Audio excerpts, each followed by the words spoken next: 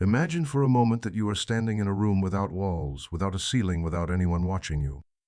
There is no history, no expectation, no roles that life once placed on you. There is only the quietest part of you, the part you have touched at least once in your life, often when you were most tired or most honest. I went through that moment myself, and it did not happen in a church or during a formal prayer.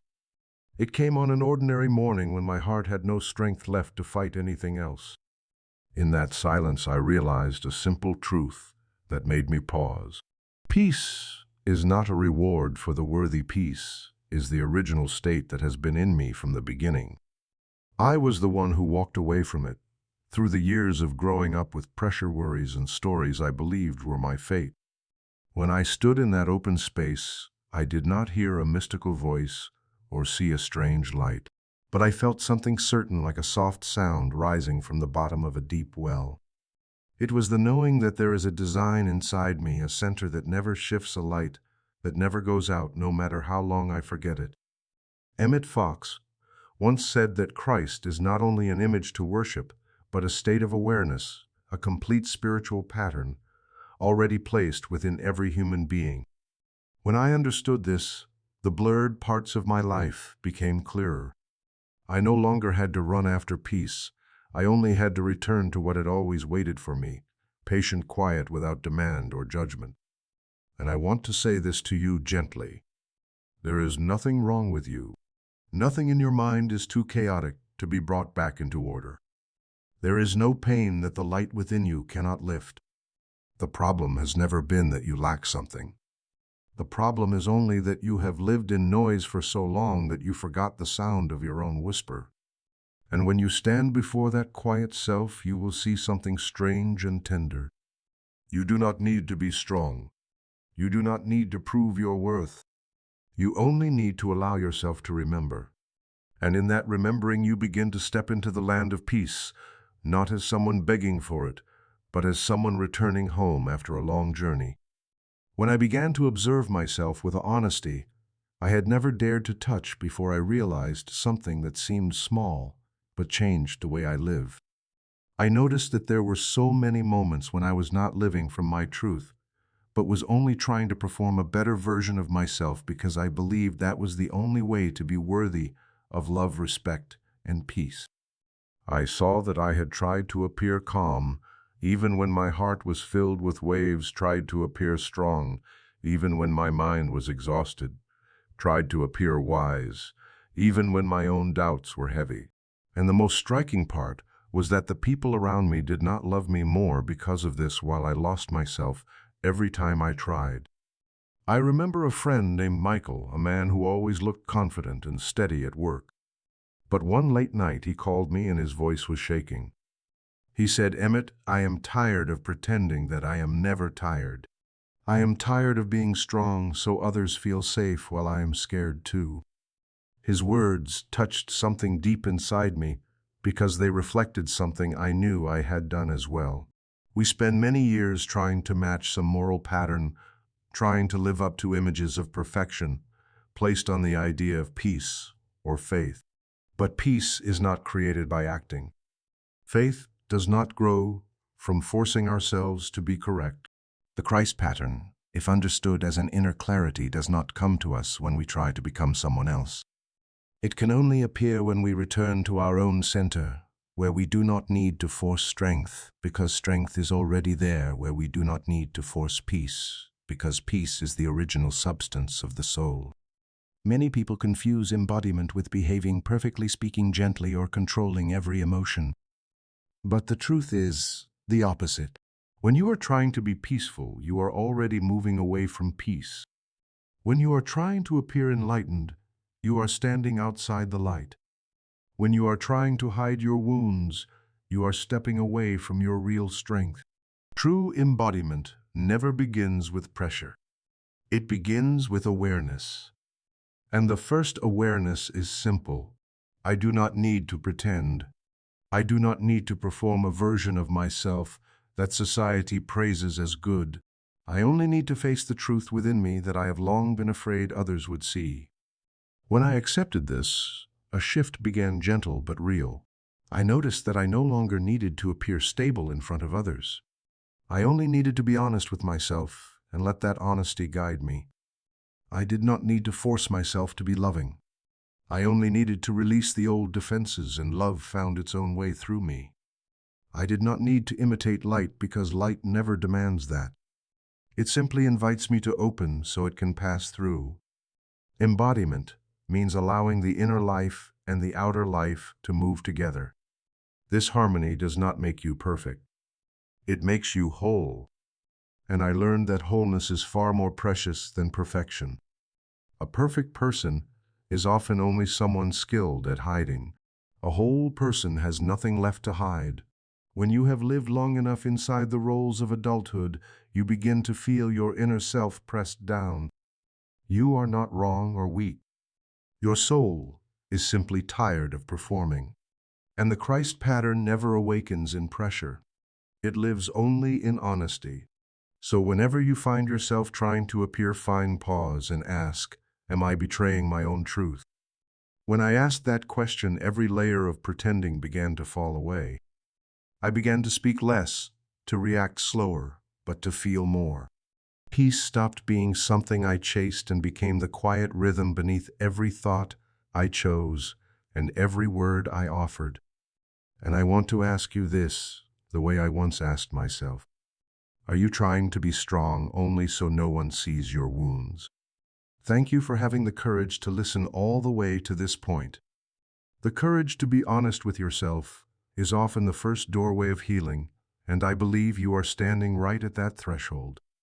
When I speak about clearing the mind, many people think it is something complex or spiritual, but my experience is different. It feels like a quiet afternoon when you walk up to the attic of your own house, the place where you have stored everything you did not use for years, and you suddenly realize that most of what is piled there does not belong to you at all. Old boxes without labels, objects you never touched, papers that have lost all meaning, all of them sitting there and blocking the light. My mind used to be like that.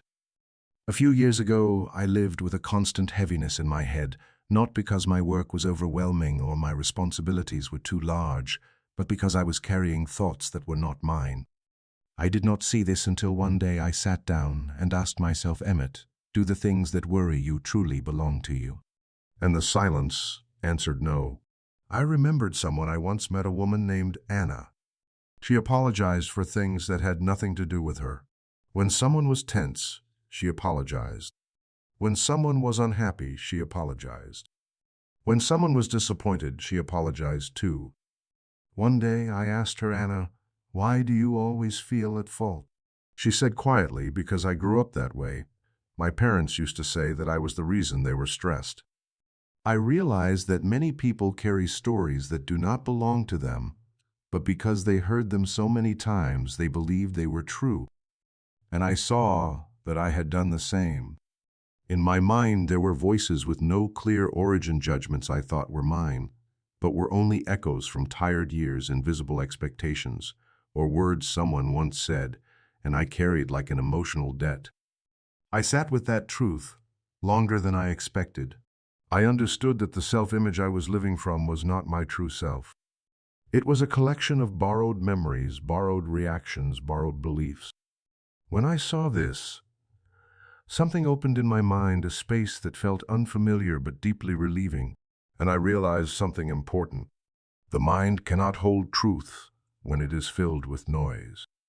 The Christ pattern, or the inner clarity, never pushes its way forward. It does not fight for space with chaos. It simply waits for you to create room for it to enter. That realization changed how I lived. I did not begin by trying to think positive. I simply began by observing how many thoughts in my mind were not truly mine. Thoughts like I must make everyone happy, I must be strong at all times, I must be perfect, so people do not leave, I must control everything to feel safe. When I looked at them honestly, I knew they were not truth. They were just old boxes someone had placed in the attic of my mind, and I had kept them without noticing. So I started clearing.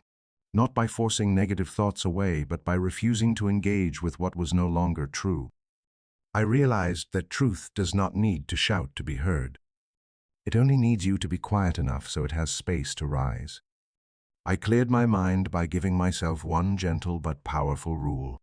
If a thought makes me smaller, it is not mine. If a thought makes me believe I lack something, it does not belong to my true nature. If a thought makes me tense, perform, or fight, it does not come from clarity, but from an old wound. Clearing the mind does not create loud change, it creates deep and quiet change. At first I felt empty, like clearing an attic and finding the room too wide and too silent. But that silence is a good sign. It means there is space for truth to enter. Then something happened. One morning, as I was drinking tea, I suddenly noticed that the familiar heaviness in my head was gone. I no longer felt the need to prepare explanations for every possible question. My mind felt calm like a morning lake. Nothing dramatic, no bright visions, just a stillness I had been longing for. And I knew I had cleared enough for a part of the Christ pattern to be recognized. It was like opening a window for sunlight to enter a room that had been closed for years. The light never pressures you. It only waits for you to remember to open the window. From that day on, whenever a noisy thought came, I no longer panicked. I simply asked myself, Emmet, is this thought truly yours? And 9 times out of 10, the answer was no. And when I released that thought without arguing and without resistance, the truth became clearer. Clearing the mind is not a one-time project, it is a practice. But once you begin, you will see that every piece of noise you let go is a piece of peace returning. And you will enter clarity not through effort, but through release. There was a season in my journey when I began to question, not the world around me, but my own reaction. I wondered why certain things repeated themselves again and again, not once, not twice, but like an old circle, returning no matter how much I tried to change my circumstances. I changed jobs, yet still felt unseen. I changed relationships, yet still carried the feeling of being abandoned. I tried to be more positive, yet life kept slipping through my hands at the very moments I needed it most. One day I sat alone and realized that something deeper than circumstances was at work. And when I read Emmet Fox, I saw him name it in a simple but powerful way. Mental equivalent, the inner pattern of thought. He said that whatever we hold as real in the mind will sooner or later express outward, not according to what we hope for, but according to the structure we are living from within. That insight made me stop. I realized that life does not reflect what I wish it reflects, what I quietly believe to be true about myself. Every silent belief, every conclusion from childhood, every phrase repeated so many times that it felt like truth, all of these had shaped the patterns I kept replaying in adulthood. I remembered a woman I spoke with in a small gathering. She said she always attracted people who did not respect her. But when I asked deeper, she shared that since childhood, she had been taught to stay quiet so the family could be at peace, and that asking for anything would make her selfish. She carried that belief for many years, and even though she had a good job and a respected position, she was still operating from that old conclusion. I saw myself in her story. My own mental equivalent back then was not confidence, but the fear of not being enough. Even though I tried to do things right, to give my best, to love well, the inner pattern always pulled me back into choices that made me smaller, the same way a baking mold shapes the batter. No matter how you pour it, the final form belongs to the mold. When I understood this, I stopped being angry at my circumstances. I turned inward and asked, what pattern am I living from? Not the pattern I speak of when talking to others, but the pattern I believe when no one is watching. I began to observe the moments when I automatically thought I must work harder to be loved, I must be perfect to be accepted. When I saw those thoughts appear like reflexes, I knew I was using the wrong mold. The remarkable thing is that this law never judges. It does not decide whether you are worthy or unworthy. It is neutral. It reflects exactly what you believe is true. The universe does not question you. It simply responds to the structure of your thinking. And the most comforting part is this. If life is repeating a pattern, it does not mean I am destined to live that way. It only means I have the power to change the mold. I do not need to fight circumstances. I only need to shift the inner pattern. When the pattern changes, the circumstances adjust. I tested this in the simplest way I could. I sat with a notebook and wrote down the beliefs that no longer serve me. I wrote, I no longer believe I must make everyone happy to be accepted. I no longer believe I must be strong at all times to be loved. I no longer believe my value comes from fixing the mistakes of others. And the beautiful thing was that simply seeing these beliefs on paper made them lose their weight. They were like layers of dust on a window I had never noticed. When I cleared them, the light entered not because I forced it in, but because it had always been waiting. I also wrote new patterns, not as strong affirmations, but as gentle acknowledgments. I wrote, I am created in wholeness. I am enough. I am worthy of peace. I am allowed to walk through life with clarity. At first, these words did not make me feel anything.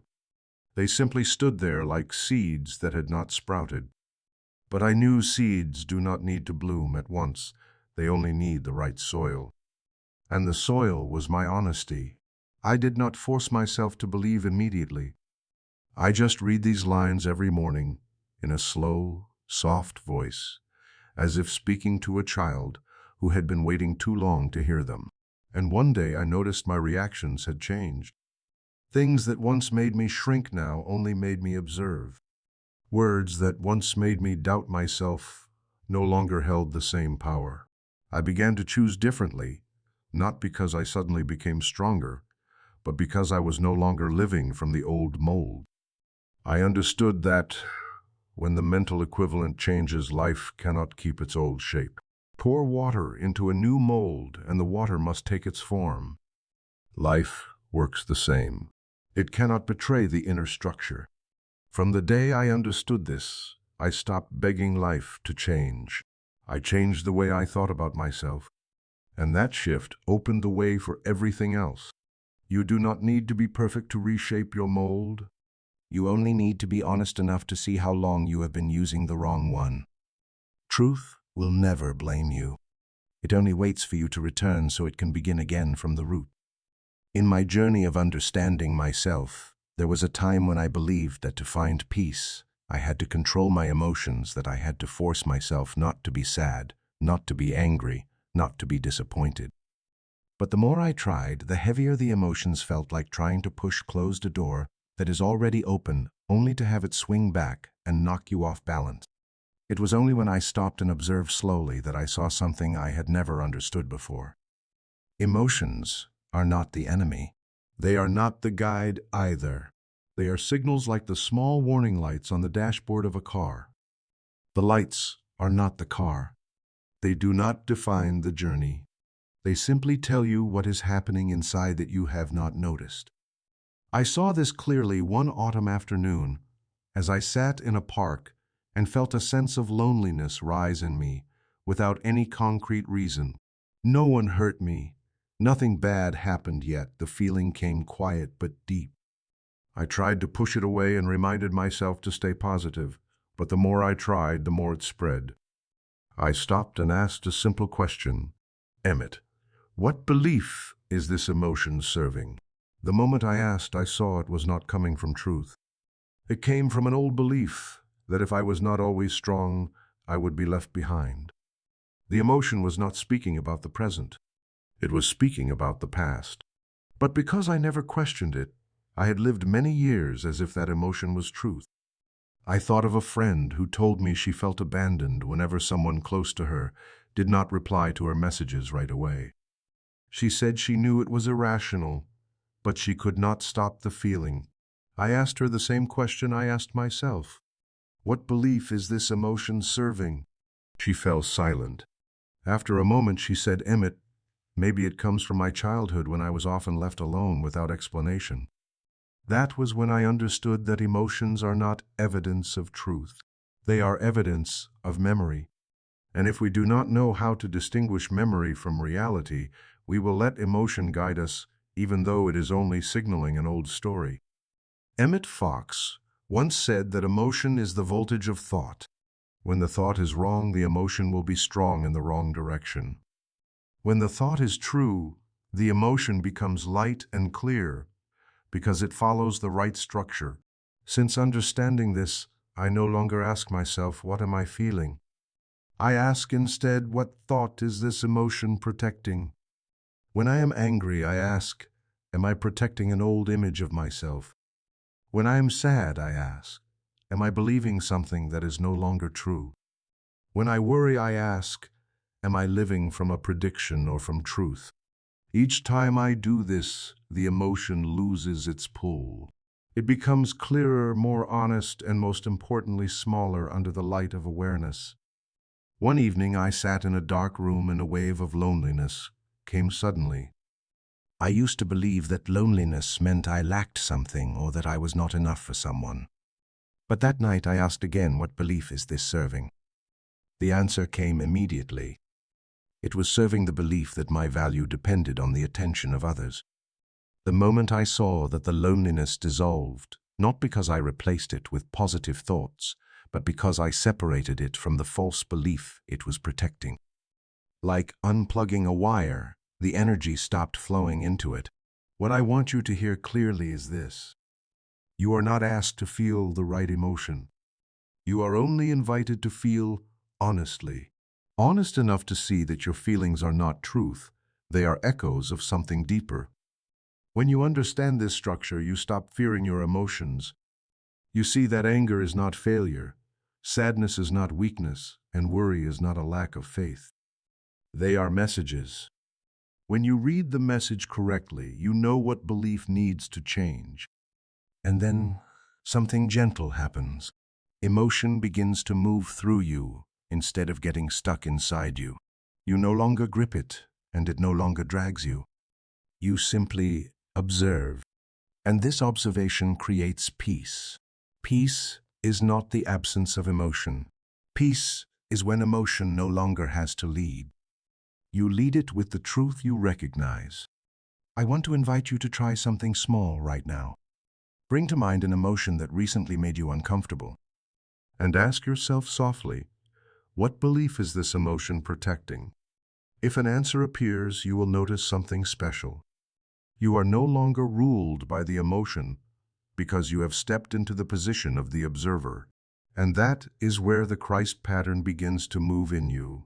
And as you asked for, the structure of the story here is a gentle reminder for the listener. If your emotions sometimes feel too strong, too confusing, or make you believe you are weaker than you truly are, leave a small sign in the comments. You may simply write, I am ready to change, or the number 1. It is not for me to know you understood. It is for you to confirm to your own heart that you are stepping into the honesty of your emotions rather than fearing them. Thank you for being here, for listening with the heart of someone who is slowly returning to their own clarity. There's a moment I never forget, not because it was extraordinary, but because it was so ordinary. One morning I sat in a small coffee shop near my home, a cup of tea steaming in front of me, and I realized I had read 3 negative news headlines in less than 5 minutes. Nothing had happened yet that day, but my mind had already grown heavy, as if I was carrying the worries of the world. I sat there and asked Emmet, why does my mind change color so quickly? And the answer came clearly. I had allowed my awareness to wander into places I never intended to enter. From that day on, I began to observe more closely the power of attention. I saw that attention is not a passive function of the mind. It is the most subtle and powerful stream of energy we possess. Whatever we place our attention on, even for a moment, begins to expand in our awareness. And the most striking part is that most of us do not know where our attention is resting. We think we are just glancing at a negative headline, a harsh comment, an old memory. But every moment of attention is a spiritual investment. It is like dropping a seed into the soil. You think it is just a passing second, but the soil does not differentiate. It still nourishes whatever you place in it. Emmet Fox once said that attention is silent prayer. When I understood that everything changed, I no longer believed prayer only happened when I sat down, closed my eyes, and spoke beautiful words. I saw that every moment I gave attention to fear, I was praying for fear to grow. Every moment I gave attention to lack, I was inviting lack into my world. Every moment I gave attention to truth, I was inviting truth to lead me. Attention does not require time. It requires direction. And that realization set me free, because I understood I did not need hours to shift my inner life. I only needed to choose where I placed the eyes of my mind. I remember another morning as I was taking a walk. The sky was clear, the wind gentle, but my mind was tangled because of an unfinished conversation. I could not see the beauty around me because my attention was quietly centered on what made me anxious. I paused, took a slow, deep breath, and told myself, Emmet, this is real life. What is in your mind is only smoke. The moment I admitted that, everything seemed brighter. Not because the world changed, but because I changed where I placed my attention. Attention is like the lens of a camera. Turn it in the right direction and everything becomes clear. Turn it the wrong way and everything blurs, even if the scene before you is beautiful. Life works in the same way. Not every day is good, but every day has something good to notice. Not every day is easy, but every day has a place to stand. And not every day has answers, but every day has a truth waiting for you to pause long enough to see it. When I became more intentional, I noticed things I had missed before. Small pockets of peace, gentle gestures from others, quiet opportunities passing by, whispers of intuition I once ignored because my mind was too noisy. As long as I held my attention on what nourished me instead of what drained me, life felt less heavy. It did not lose its challenges, but it became clearer. And that clarity is the ground of peace. Yet, like every spiritual journey, there were days when my attention slipped without me noticing. One thought, one memory, one comment could pull me away from my presence. But instead of blaming myself, I learned to return.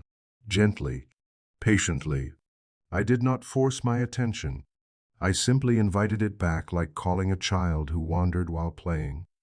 No scolding, no pressure, just a reminder that it belongs here. And then I saw something strange. Not every time I returned my attention to the right place felt uplifting. Some days my attention felt like a restless bird flying away again and again. I no longer felt the deep connection I once knew. I no longer felt the clarity of mind. I no longer sensed the subtle guidance I had come to trust. Some days felt dry, empty, even dull. But after observing this long enough, I realized it was not a sign of decline. It was a stage of transition. Because when you have spent years focusing on fear and you begin placing your attention on truth, your mind has to learn how to stand still again.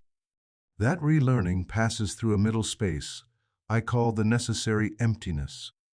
Like using a long, unused muscle, the first movements feel strange, stiff, and weak. But that is the beginning of healing, not losing. I want you to understand this clearly. Sometimes you do not feel peace, not because you are doing something wrong, but because you are stepping out of old habits, and your mind needs time to recognize the new direction. Truth does not disappear. It waits for you to stabilize, and your attention is the compass guiding you back to center.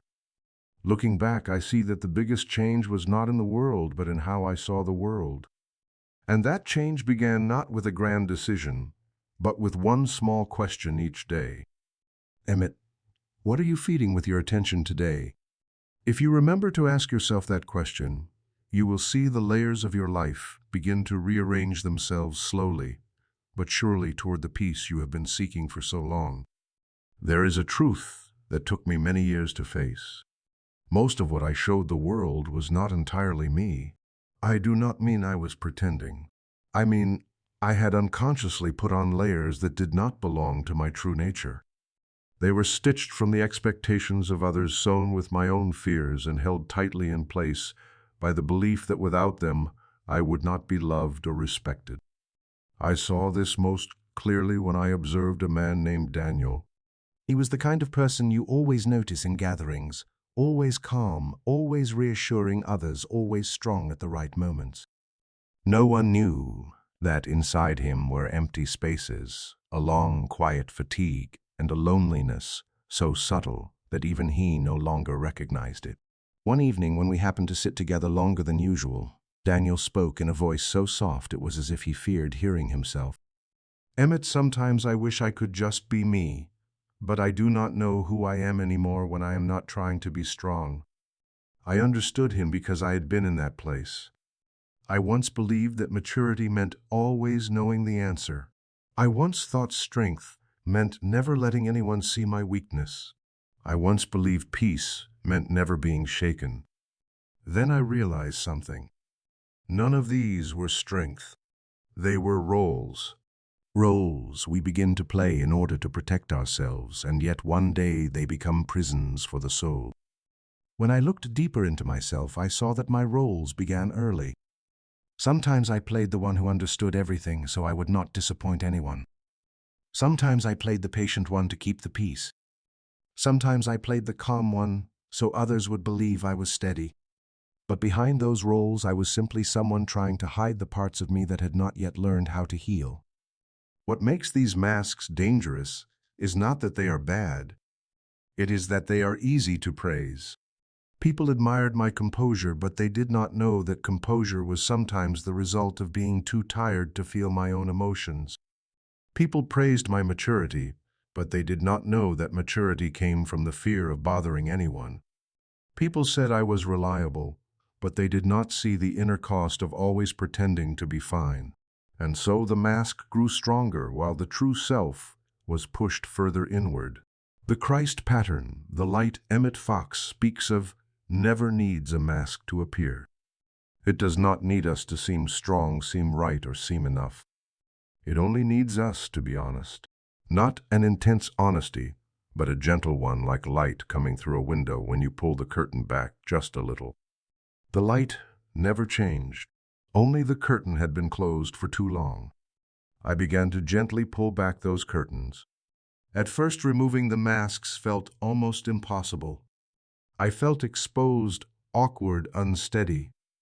I did not know what to say when I was not playing the one who understands. I did not know how to react when I was not playing the calm one. I did not even know how to smile when I was not trying to reassure others. But then I realized these raw moments were the truest parts of me I had seen in years. One day, while talking with a close friend, I said for the first time in many years that I was tired and I did not know how to keep going.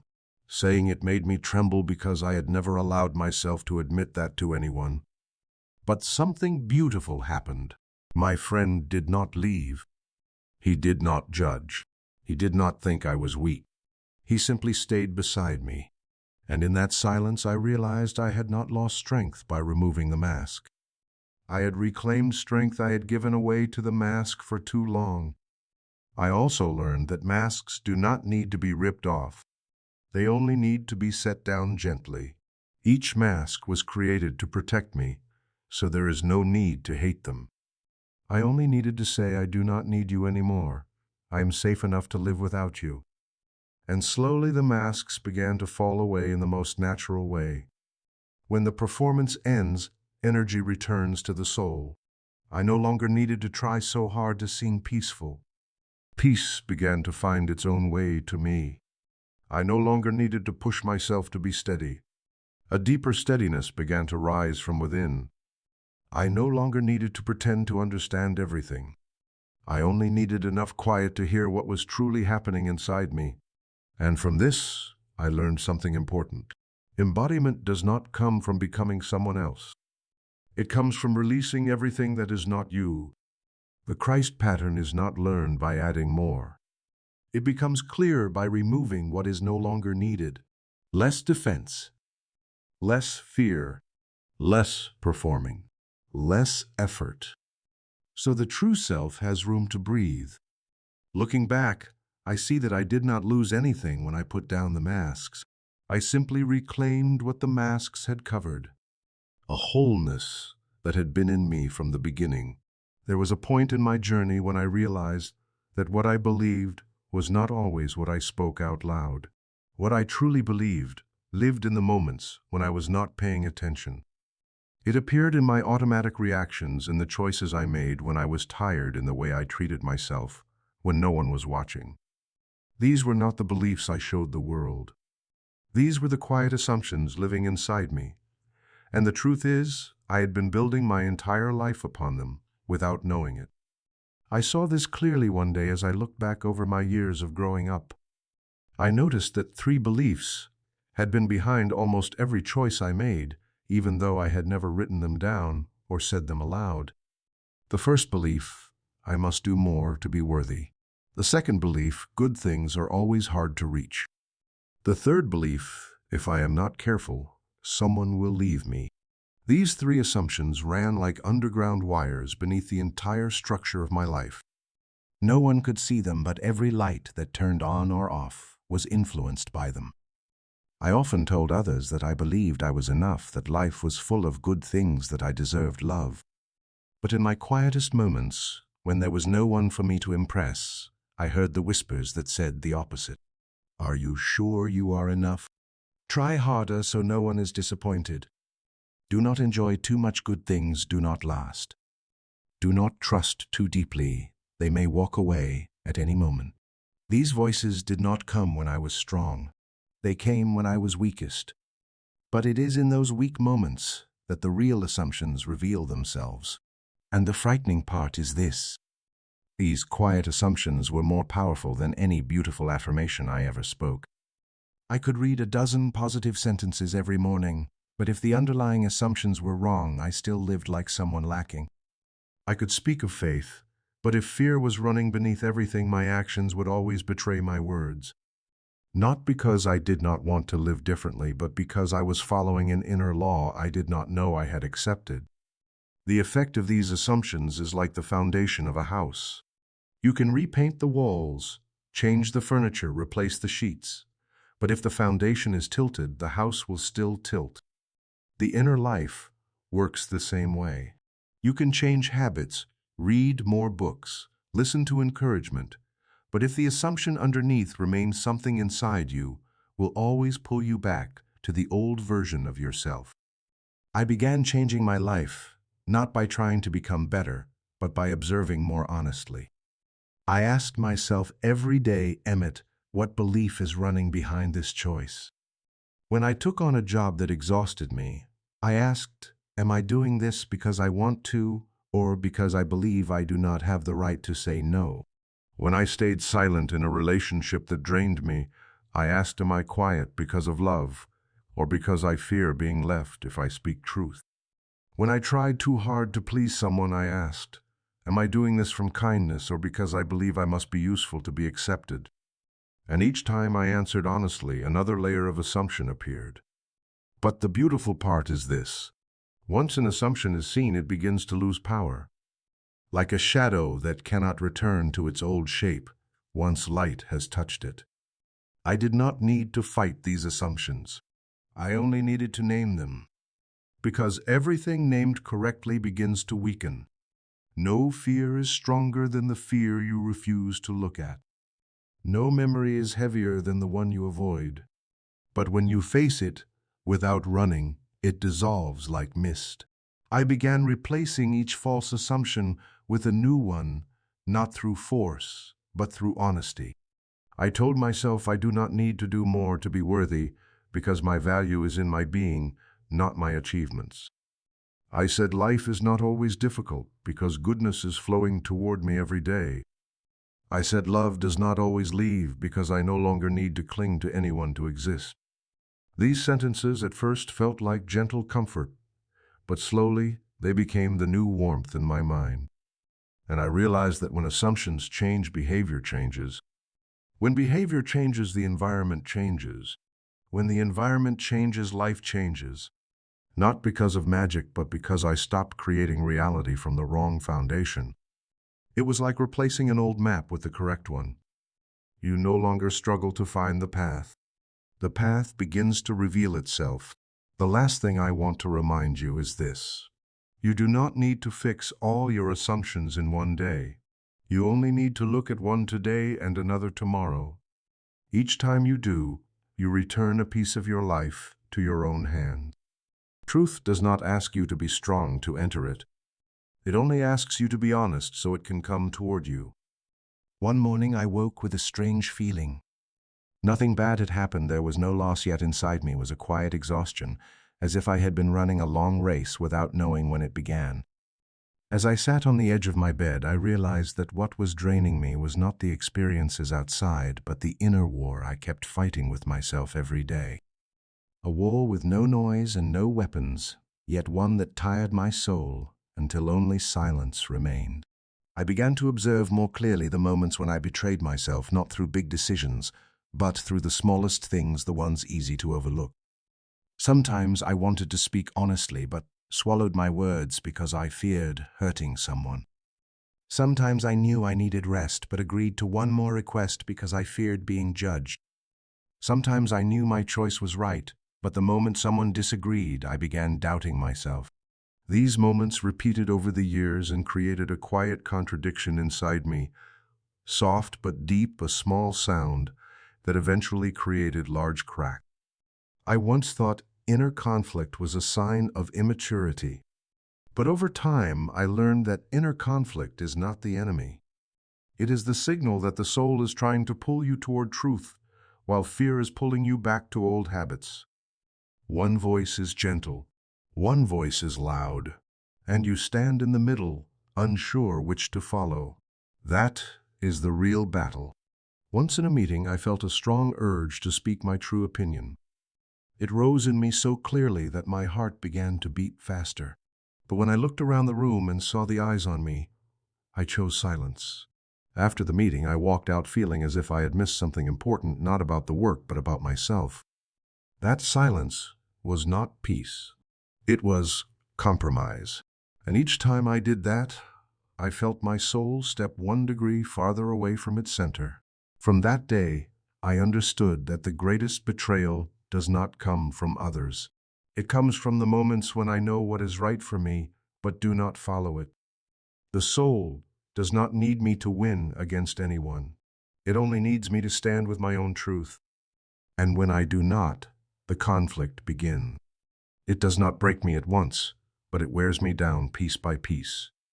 I began practicing the pause in those moments, not rushing to respond, not trying to be right, just stopping long enough to hear what was speaking inside me. When I listened long enough, I realized there were 2 voices.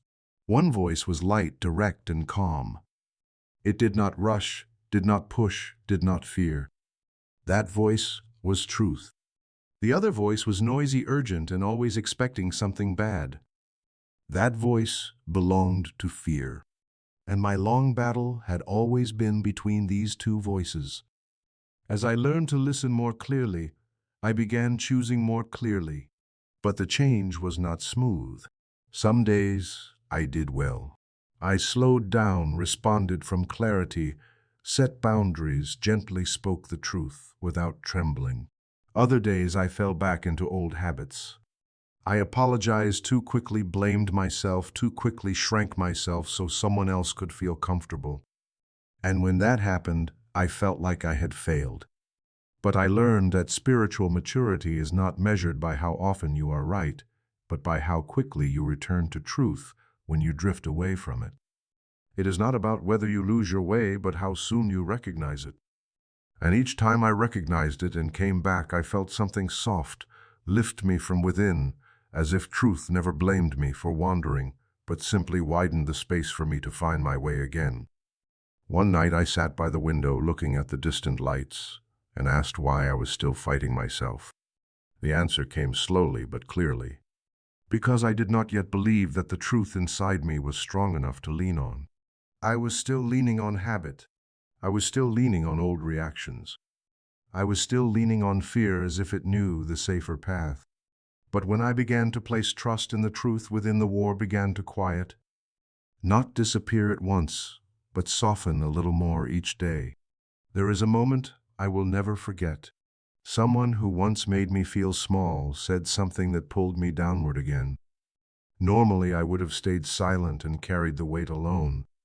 But that day, from a very quiet place inside me, I simply said, "That is not true for me." No anger, no defense, no shaking, just a small sentence. And nothing exploded afterward. I did not fall apart. I did not lose anyone. I was not judged. I simply became more myself. That was when I understood that the inner war does not end with a dramatic confrontation. It ends with recognition. When you can tell which voice is yours and which voice is only memory, the war dissolves like mist. And now I want to ask you something as a way of gently connecting. Have you ever known what you truly wanted to say, but stayed silent because you feared someone would be hurt? If yes, give yourself one moment to acknowledge your presence here. Thank you for being brave enough to look at that. It is the first step toward ending the war within yourself. I used to believe that words were only passing sounds, like wind brushing the face and disappearing without leaving a trace. But the deeper I went into the journey of understanding myself, the more I realized that words are not as light as I once thought. They are bricks we lay down every day, and over time they become the walls surrounding our lives. They can build a home, but they can just as easily build a prison. I have lived in both. There were years when I repeated harmless-sounding sentences like, "I am unlucky, I am not good at this. I am probably not meant for better things."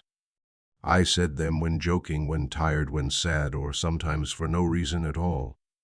I did not know that each of those sentences was a small affirmation my mind quietly engraved into its foundation. I was not trying to create a life of limitation, but I also did not realize that I was pouring the wrong material into the mold. I remember meeting a woman named Olivia during a group session. She shared that she always felt unlucky, but when I asked deeper, I learned that every day she joked that she was one of the unlucky ones. She said it so naturally that it became the rhythm of her voice. And life, in the way it always works, simply reflected the thing she affirmed the most. She was not living from truth. She was living from her own words. When I reflected on what Emmet Fox taught, I began to understand that words do not reflect reality. Words create reality. Not like magic, but like law. When you repeat a sentence often enough, the mind treats it as a pattern. When the mind accepts it as a pattern, your energy moves in that direction. When your energy moves in that direction, your actions follow. And when actions repeat long enough, your life takes the shape of what you once said. Realizing this, I stopped treating words as something to use without thought. I began to see them as a spiritual blueprint where every sentence I speak draws another line in the structure of the life I am building. When I understood this, I stopped speaking out of habit and began speaking with awareness. But changing the way I spoke did not begin with comfort. At first, I tried using more positive words, more hopeful phrases. But the truth is, they did not make me feel anything. I spoke beautiful sentences but felt empty inside. I said I am enough, but it sounded like I was speaking to someone else. I said I am guided but felt no guidance. I said I am at peace, while my inner world still held the old waves. And during that time, I believed I was failing. But later I learned that the emptiness was not a sign of failure. It was the sign that new words were trying to separate themselves from old emotions. When fear has been attached to the inner language for too long, new words cannot create a feeling right away. The mind needs time to clear the old layer before receiving the new one. And that emptiness is the transition between the old and the true. One evening, sitting at my desk under soft yellow light, I read a single sentence I had written earlier. I said it slowly. I allow this truth to shape me. I did not wait to feel anything. I did not expect inspiration. I simply spoke as if placing a brick. One word placed. One new structure forming quietly. And then, at some point, I do not remember which day the sentence began to hold weight. It was no longer just words. It became a decision, a habit, a rhythm inside me, a truth. When I heard things that once made me doubt myself, I no longer reacted from the old instinct. The words I had planted became a mental boundary, not to protect me from others, but to keep me aligned with myself. There was a moment when I knew everything had changed.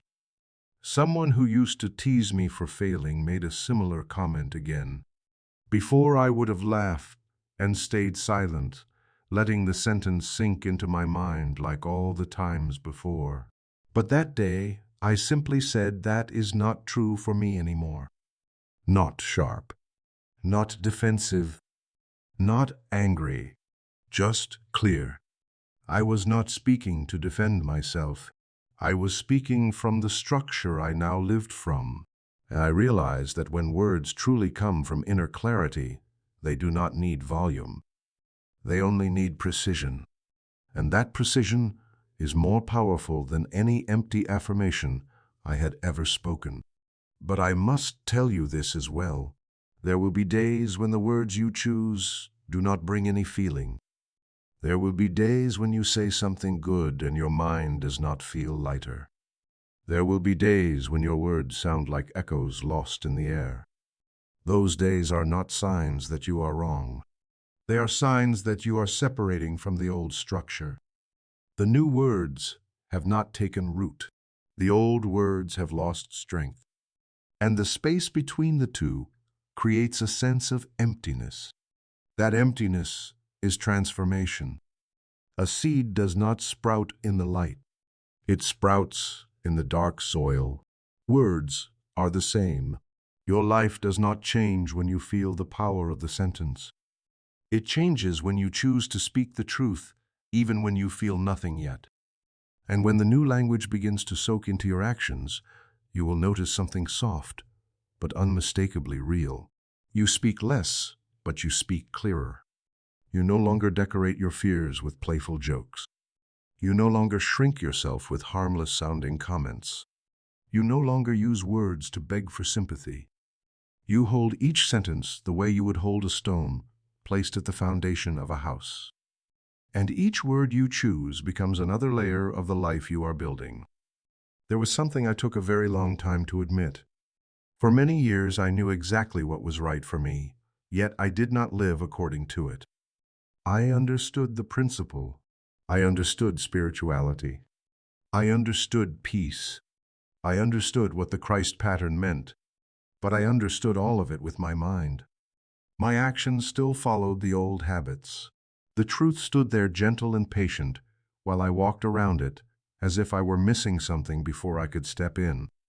One day, I reread a sentence I had written, that truth does not take root in the mind unless it is confirmed by action.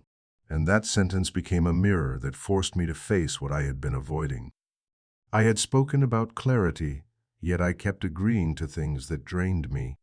I had spoken about truth, yet I stayed silent when I needed to speak. I had spoken about boundaries, yet I allowed others to cross them because I feared they would be upset. From that moment, I understood that action is not the final step of the journey. It is the point where the inner structure enters the real world. I remember clearly the moment my change began. Someone invited me to join a project that I already knew was not right for me. Before I would have said yes, because I did not want to disappoint anyone. But that day I sat for a few minutes and asked Emmet, "What is your truth?" The answer came quickly. It was not loud, not shaky. It simply said, "Stop forcing yourself." I sent a short message declining one calm and simple sentence. I did not create excuses. I did not apologize excessively. I just spoke what I knew. And the moment I pressed send, I felt as if a door inside me opened slightly. Truth began to live inside me through that first action. Not because it was big, but because it was accurate. When you act from truth, you do not need much motivation. You only need honesty. Not honesty directed outward, but honesty directed inward. You do not force yourself to be strong. You simply pause long enough to see that the right path has been there all along, waiting for you to choose it. But the journey was not as smooth as I expected. After a few honest decisions, a long silence appeared. Not silence from others, but silence from myself. I expected a sense of victory or relief, or some spiritual reward. Instead, what I felt was emptiness. Not joy, not sorrow, not certainty, only emptiness. And for a few days, I thought I had done something wrong. But then, as I paid closer attention, I realized this was not a sign of failure. It was a sign of transformation. After living for years by reaction and suddenly choosing the right action, the mind does not know what to do. It is used to fear. It is used to forcing. It is used to sacrificing itself to keep peace.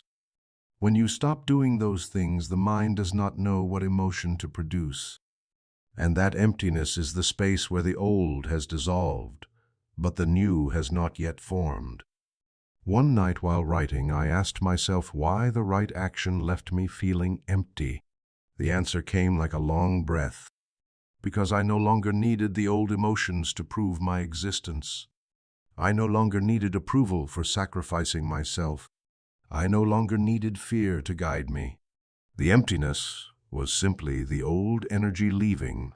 This led me to the most important lesson of that season. The right action does not always feel good at first. Some actions make you tremble. Some actions make you feel temporarily alone.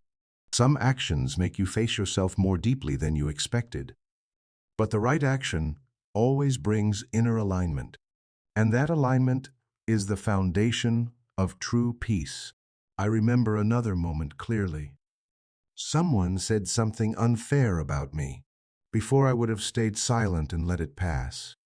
But that day, from a very quiet place inside me, I simply said, I do not agree with that. My voice was soft but steady. Not because I wanted to win, but because I did not want to abandon myself. When those words left my mouth, I felt myself returning to a place I had been away from for a long time. Not dramatic, not loud, just a small but very real return. I also realized something else. When I act from truth, the things that do not belong to me begin to fall away. The things I forced myself to hold, but that exhausted me, began to release. The relationships I clung to, but that no longer aligned, began to loosen. And slowly I understood that right action does not only change me, it changes the landscape of my life. Let me say this clearly. You do not need a big action to prove the truth inside you. You only need one small but accurate step. A step that is aligned with your soul. A step that keeps your spine straight. A step that does not make you shrink. And every time you do that, even if no one sees it, the Christ pattern within you deepens itself. And as you requested, here is the invitation I want to offer to the listener of this story. If you have ever known what was right for you, but hesitated because you feared disappointing someone, leave a small comment. You may write, I am ready to change, or simply the number 1.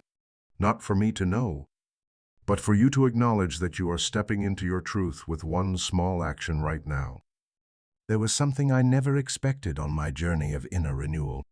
The past does not disappear just because you have stepped into a new way of living. It does not stand in front of you to block your path. It does not shout or threaten. It simply returns through familiar situations, familiar voices, familiar feelings, as if wanting to ask you one small but profound question. Emmet, have you truly changed? I realized this on an ordinary afternoon. I was speaking with someone close to me, and in just one short sentence, spoken with the same tone that had frightened me throughout my growing years, my chest tightened. Nothing serious was said. There was no insult. It was only an old sentence, an old sound tapping an old memory that awakened a reflex I thought I had outgrown. In an instant, I felt myself wanting to shrink, to over-explain, to soothe the other person, to feel safe again. It was the familiar road, pulling me back into my old self. And in that moment I understood that sometimes the past does not return to pull us down, but to see whether we still belong to it. Old reactions work like that. They do not need a reason to appear. They only need a small signal the nervous system has known for years. When you have lived too long in self-defense, the body remembers it the way it remembers breathing. And when an old rhythm appears, you feel as if you are being pulled back into a room you left long ago. I did not judge myself for this. I simply observed. I observed the tightening in my chest. I observed my breath shortening. I observed the old reaction wanting to rise. But this time, I did not follow it. I paused. I placed a very small but very important distance between the feeling and the action. And that distance became the place where my new structure had enough room to step in. I said softly, "No, that is not true for me." Just one sentence. No resistance. No attack. No explanation. Just standing still in my truth. And the strange thing was that nothing happened the way my mind used to fear. There was no argument, no pain, no collapse of relationship, only a moment of silence, and then the conversation continued as usual. But the world outside was not the thing that changed in that moment. The thing that changed was me. I understood then that real strength is not the absence of triggers. It is the ability to recognize when you are triggered and not let the old reaction lead. You do not need to destroy the old parts of yourself. You only need to stop letting them drive the wheel. I used to think I had failed whenever the old feelings returned. But later I learned they were simply the tests of a new structure. Not to measure perfection, but to show me how far I had come. Like when learning a new skill, the body will try the old habit to see whether it still fits. When you choose the new habit, even once the old habit loses some of its power. But there is something important I want you to know. When you stop reacting in the old way, you may feel a strange sensation. Not joy, not pride, but fatigue, a kind of emptiness. As if the body does not know how to exist without the burst of anger or the rush of fear. I remember that feeling so clearly that I can name it. It was the exhaustion of a part of me that was no longer being fed. When I no longer fueled the familiar reactions, my body fell into a quiet space, like smoke left from a fire that is no longer burning. Not hot, not bright, only the remnants. And I understood that this was a sign I was moving in the right direction. Not a sign of going backward. A sign that my nervous system was learning how to feel safe without the old defenses. I realized that for many years I had mistaken strong reactions for signs of being alive. I thought that feeling a lot, fearing a lot, defending a lot, meant I still had emotion. But the truth was different. Those reactions were not life. They were the weight of fear. When I no longer reacted that way, I felt empty, not because I had lost something, but because I had stepped out of an old rhythm. A rhythm that felt familiar, but was never healthy. After moments like that, I learned to sit still and let my body adjust to the absence of resistance. I told myself, Emmet, this is not numbness. This is peace trying to find its new place in you. And when I was patient enough, that peace began to spread gently like the soft light before sunrise.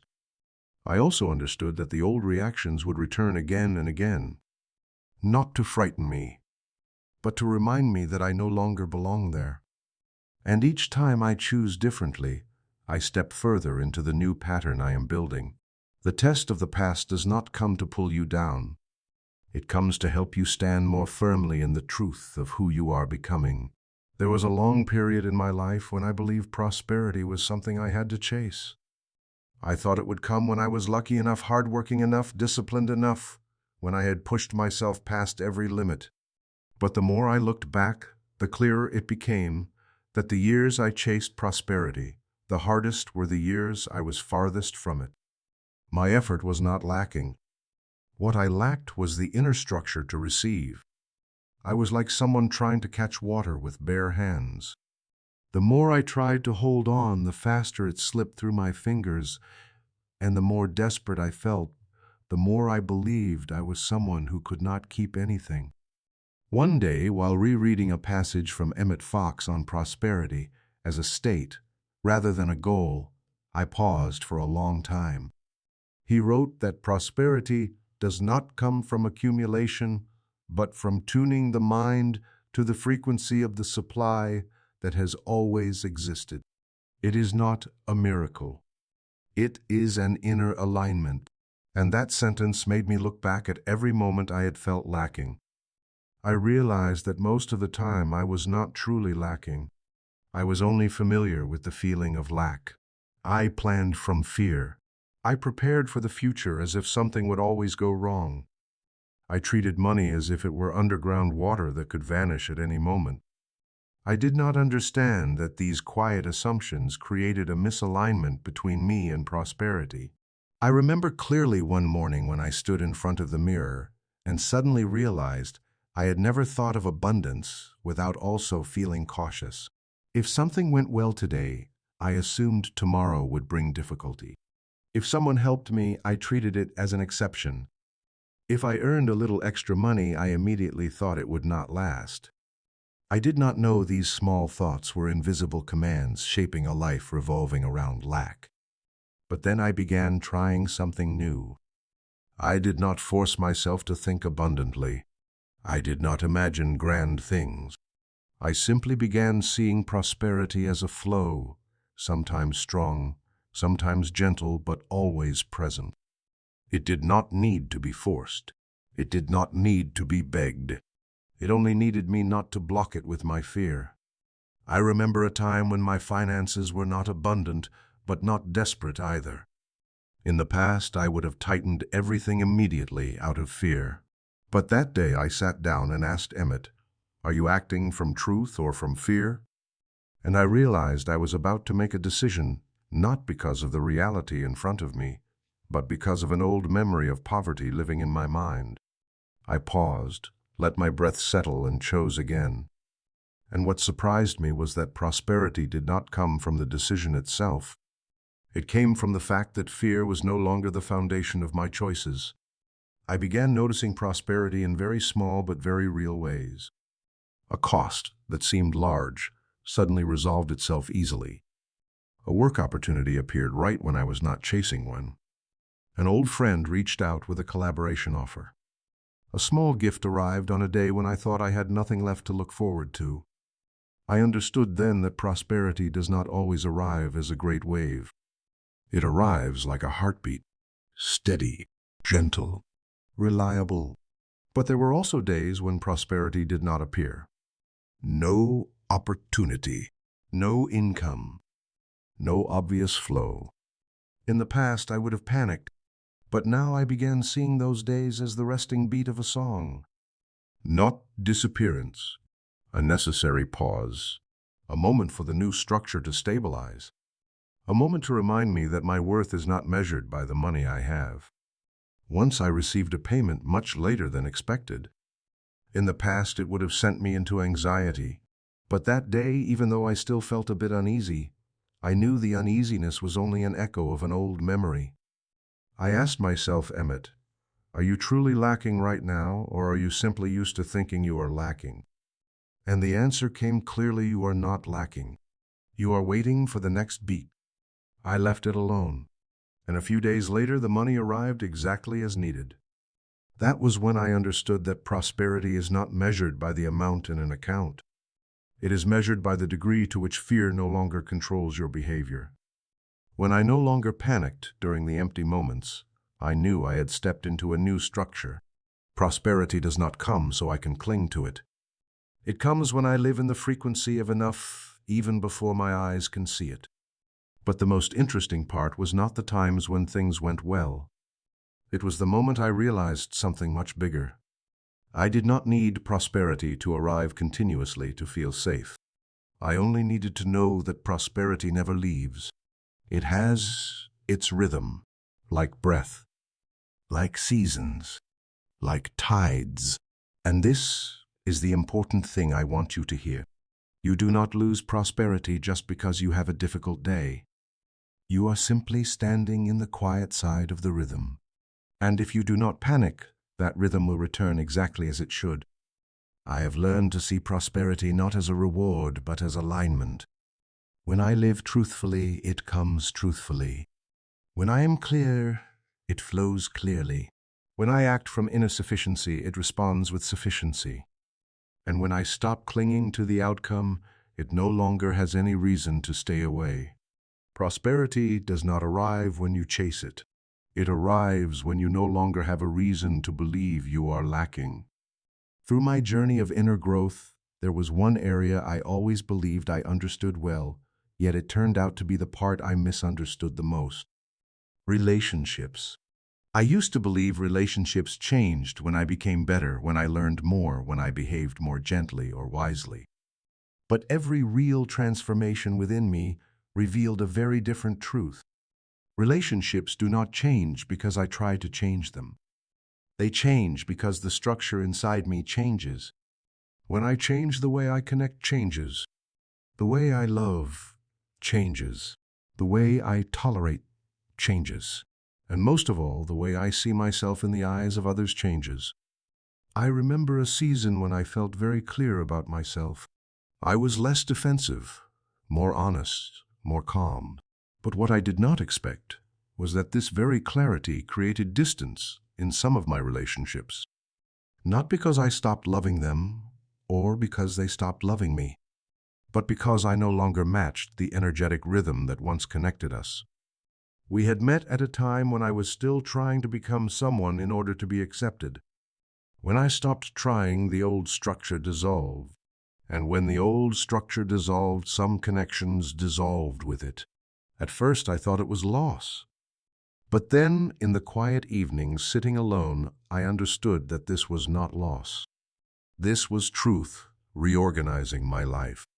If a relationship depended on me shrinking myself, then when I grew, that relationship no longer had a foundation. If a connection depended on me always agreeing, then when I learned how to set boundaries, that connection changed.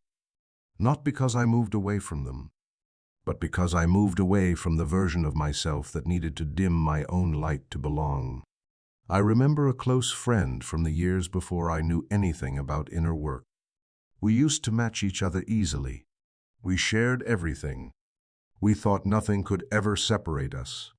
But when I began to change, not loudly, not with distance, only with more honesty, toward myself, a quiet space opened between us. No argument, no conflict, only conversations that no longer reached the depth they once had. The subtle resonance that once connected us no longer met like before. And I remember feeling sad for weeks, thinking I had lost someone important. But one morning, watching sunlight touch the window, I realized something. I had not lost her. I had simply stopped being the person she once knew. I had shifted floors, not a higher floor or a lower one, just a different one.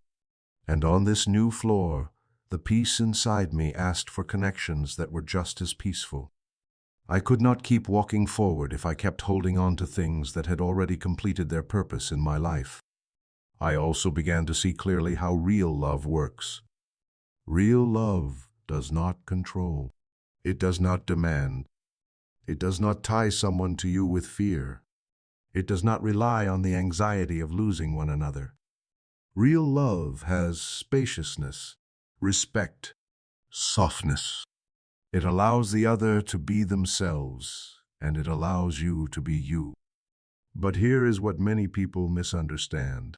Before you can love like that, you must shed every layer of fear that once made you love in incomplete ways. And those layers show themselves only when you step into clarity. When you change, the way you love changes. When you change, the way you endure what is not right changes. Years ago, I stayed silent to keep the peace. But when I stepped into the Christ pattern, I saw that love cannot be silent suffering. It has to be honest presence. One of the greatest lessons I have learned is that love does not test you in peaceful moments. Love tests you in the moments when you must choose between your truth and the comfort of the relationship. When I started choosing truth, some people walked away. But the ones who stayed connected with me at a depth I had never known before. Some people became gentler in my presence. Some opened their hearts more because they sensed I no longer reacted from fear. Conversations that were once tense became calm because I no longer needed to win or to be right. And new people entered my life quietly without demand, simply showing up in a way my soul recognized as belonging to this new floor. But I must also say this. The transition phase in relationships is one of the loneliest phases of inner growth. Not because you are unloved, but because you no longer want to hold on to connections just to fill a space inside yourself. When you know your own worth, you can no longer love in ways that require you to shrink. And I want to ask you something as a way for you to connect with your own heart. Are you in a season where you must gently step back from people you love, not because you do not care for them, but because you no longer fit the old rhythm? If you are, thank you for being honest about it. Honesty with loneliness is often the doorway to a deeper, truer, more beautiful kind of love. There was a season in my inner journey when everything seemed to quiet down, not in a peaceful way, but in an empty way. I no longer felt the excitement I once had at the beginning of my spiritual path. I no longer felt the fear or confusion of the months before. Everything became still. So still that I did not know whether I was standing or whether I had lost something important. In that stillness, I began to face a question I had avoided for a long time. Emmet, are you living from inner authority, or are you still waiting for someone to give permission? I realized that even though I had spoken so much about truth, about peace, about acting from spiritual depth, there was still a small part of me waiting for someone else to nod. Waiting for confirmation. Waiting to feel right. Waiting to be understood. Waiting for agreement. And that small waiting was enough to keep me from standing fully in the strength that truth requires. Once I made a very clear decision, but the moment someone expressed doubt, I wavered. Not because I was wrong, but because the fear of being misunderstood was still stronger than my respect for myself. I did not know that this moment was a test from the universe, asking me a quiet but deep question, Emmet. Which voice do you trust more, theirs or the one within you? I began watching myself more closely. I noticed how often I adjusted my tone to keep others comfortable. How I chose words to avoid hurting anyone, even when truth became distorted. How I shared an opinion, then softened it if someone took too long to respond. I once thought this was sensitivity, kindness, but in reality it was fear wearing the mask of kindness. It was a habit of abandoning myself to protect a harmony no one asked for. Inner authority is not loud. It does not pound the table. It does not demand. It does not try to win. It simply stands. But to stand in a world full of reactions, you must have the courage not to change shape according to the gaze of others. I remember an important conversation. Someone asked me if my decision was too bold. Years ago, I would have immediately toned it down, softened it, or even denied the very thing I had clearly chosen just minutes before. But that day, from a quiet place I had been cultivating for many months, I simply said, I know what I chose. No defense, no explanation, no need for agreement. That sentence did not change the atmosphere, but it changed me. In the days that followed, I walked around with a strange feeling. Not excitement, not pride, just a lightness, like someone who had finally reclaimed something that had been missing for a long time. A kind of spiritual dignity, a quiet strength, as if I had taken back a key that I had unknowingly hung around someone else for years. But then the stillness returned. I thought that when I stood fully in my truth, I would feel powerful. Instead, I felt empty, a silence without sound, as if I had stepped out of an old room but had not yet stepped into the new one. That emptiness lasted for days, enough to make me wonder if I was becoming cold or disconnected. But as always, when I sat down and listened deeply, I realized it was not coldness. It was detox. For many years, I had relied on other people's reactions to feel real. I relied on their agreement to feel right. When I stopped relying on those things, my whole system dropped into an unfamiliar space. That space was not loss. It was adjustment. When a plant is lifted from its old pot and placed into new soil, the roots must sit in darkness for a while before they know which direction to grow. I realized that inner authority does not give a grand feeling. It gives a steady one. A steadiness that does not need noise, does not need validation, does not need display. A steadiness that can only appear when you no longer move according to the voices outside you. I also understood that from this point forward, I will not always be clear, but I will always know how to return to clarity. I will not always be strong, but I will recognize when I step away from my center. I will not always be immune to judgment, but I will no longer use judgment to define myself. And in the deepest place, I saw something I had never understood fully before. Inner authority is not power. It is trust in the presence of God within us, a trust that does not need proof, does not need applause. It only needs a heart willing to stand in truth, even when no one is watching. And now I want to invite you to pause. Is there something in your life that you know you must do, but you are still waiting for someone to give permission? Is there a decision meant for you, yet you are still waiting for a nod from outside? Be honest with yourself for just one moment, and thank you for your presence here, for having the courage to look at that truth.